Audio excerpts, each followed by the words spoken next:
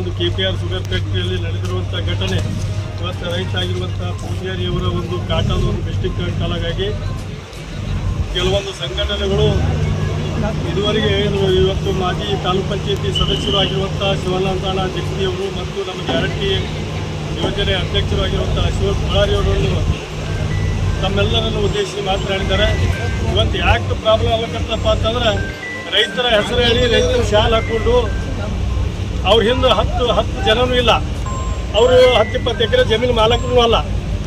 ಇಲ್ಲಾರ್ದಂಥವ್ರು ಇವತ್ತು ರೈತ ಸಂಘಟನೆಯಲ್ಲಿ ಹೋರಾಟ ಮಾಡ್ತೀನಿ ಅಂತೇಳಿ ಬಂದು ಈ ನಮ್ಮಲ್ಲೇ ಜಗಳ ಹಚ್ಚಿ ಮತ್ತು ಇಂಥ ಒಂದು ಜಗಳದ ಉದ್ಭವಿಸ್ತಾ ಇದ್ದಾರೆ.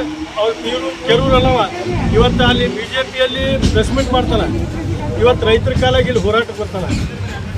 ಮತ್ತು ಇಂಥವರೆಲ್ಲ ರೈತ ಮುಖಂಡರ, ಇವರು ರಾಜಕೀಯ ಮಾಡೋರೆಲ್ಲ ರೈತ ಮುಖಂಡರಲ್ಲ. ತಾವೆಲ್ಲ ದಯವಿಟ್ಟು ರೈತರಲ್ಲಿ ಗಾಡಿ ಮಾಲಕರಲ್ಲಿ ವಿನಂತಿಯನ್ನು ಮಾಡ್ಕೊಳ್ತಾ ಇದ್ದೇವೆ. ಏನಾದರೂ ಸಮಸ್ಯೆ ಆದ್ರೆ ಈ 40 ಹಳ್ಳಿಯ ಭಾಗದ ಎಲ್ಲ ರೈತರು ಕಲ್ಕೊಂಡು ಇವತ್ತು ಶಾಣಪ್ಪಣ್ಣ, ಇವತ್ತು ಬಳ್ಳಾರಿಯವರು ತಾವೆಲ್ಲರ ಒಂದು ನೇತೃತ್ವದಲ್ಲಿ ಇವತ್ತು ಶಿವಾನಂದ ಜಗತಿಯವರು ಹೇಳಿದರು, ಏನೇ ಪ್ರಾಬ್ಲಮ್ ಆದರೆ 40 ಹಳ್ಳಿ ಜನರು ಎಲ್ಲ ರೈತರು ಕೂತ್ಕೊಂಡು ಆ ಸಮಸ್ಯೆ ಪರಿಹಾರ ಆಗಬೇಕು. ಬೇರೆದವ ಬೇರೆ ತಾಲೂಕವ ಬೇರೆ ಜಿಲ್ಲಾದವ ಬಂದು ಇಲ್ಲಿ ರಾಜಕೀಯ ಮಾಡೋದು ಬೇಡ, ಇಲ್ಲಿ ರೈತ ಸಂಘ ಹೋರಾಟ ಮಾಡೋದು ಬೇಡ. ನಾವು ರೈತರಿದ್ದೀವಿ. ಇವತ್ತು ಅಣ್ಣವ್ರು ಹೇಳಿದ್ರು ಅವ್ರದ್ದು 40 ಎಕರೆ 50 ಎಕರೆ ಅದ, ನಮ್ಮದು 45 ಎಕರೆ ಅದ. ಪ್ರತಿಯೊಬ್ಬರು 1500 ಟನ್ ಕೈ ಬೆಳಿತೀವಿ ಅಂದ್ರೂ ನಾವು ಕೂಡ್ತೀವಿ.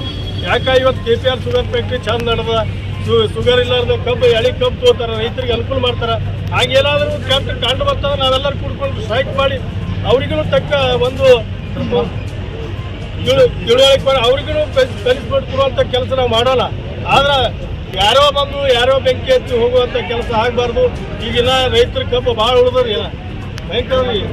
ಈ 6 ತಿಂಗಳು ಕಬ್ಬೆ ಬರ್ಲಿಕ್ಕೆ 6 ತಿಂಗಳು ಕಬ್ಬು ಬರ್ಲಾಗ್ತದೆ. ಎಲ್ಲರೂ ಸಹಕಾರದಿಂದ ಹೊಂಟಿ